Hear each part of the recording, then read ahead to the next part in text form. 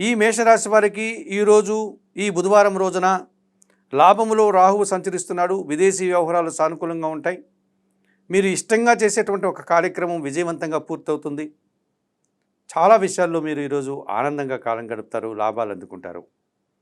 చతుర్థ భావంలో బుధుడు సంచరిస్తున్నాడు కనుక కుటుంబంలో శుభకార్యాల నిర్వహణ, విందు వినోదాల్లో పాల్గొనడం, జన సహకారం, పోటీ ప్రపంచంలో విజయాలు, ఆర్థికాభివృద్ధి అనుకూలంగా ఉంది.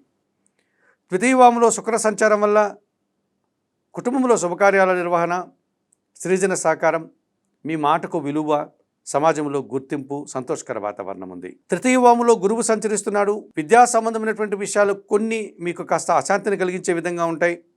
శ్రమ, ఆర్థిక సమస్యలు, అధిక ఖర్చులు ఈరోజు మిమ్మల్ని వెంటాడుతాయి. ఆకుపచ్చ రంగు వస్త్రధారణ చేయండి. దక్షిణామూర్తిని దర్శించండి. దక్షిణామూర్తి శ్లోకాలు చదువుకోండి. పసుపు వర్ణపు పండ్లను గురువులకు దానం చేయడం వల్ల శుభం చేకూరుతుంది.